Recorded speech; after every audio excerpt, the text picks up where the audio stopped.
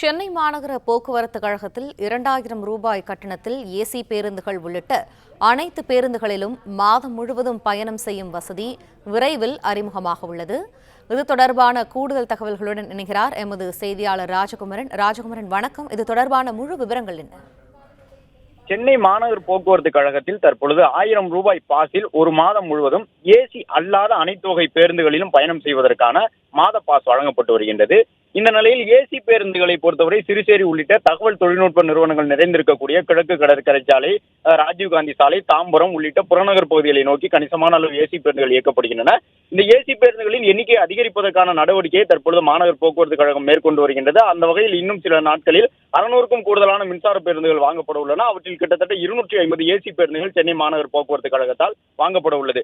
இந்த நிலையில்தான் தற்பொழுது 1000 ரூபாய்க்கு ஏசி அல்லாத மற்ற பேருந்துகளில் பயணிக்கும் வகையில் மாதாந்திர பாஸ் வழங்கப்பட்டு வரக்கூடிய சூழ்நிலையில் மே அல்லது ஜூன் மாதம் முதல் 2000 ரூபாயிலே ஏசி பேருந்துகளிலும் சேர்த்து பயணிக்கக்கூடிய வகையிலே மாதாந்திர பாஸ் வழங்குவதற்கான நடவடிக்கையை மேற்கொண்டு வருவதாக போக்குவரத்து துறை அதிகாரிகள் தெரிவித்திருக்கிறார்கள்.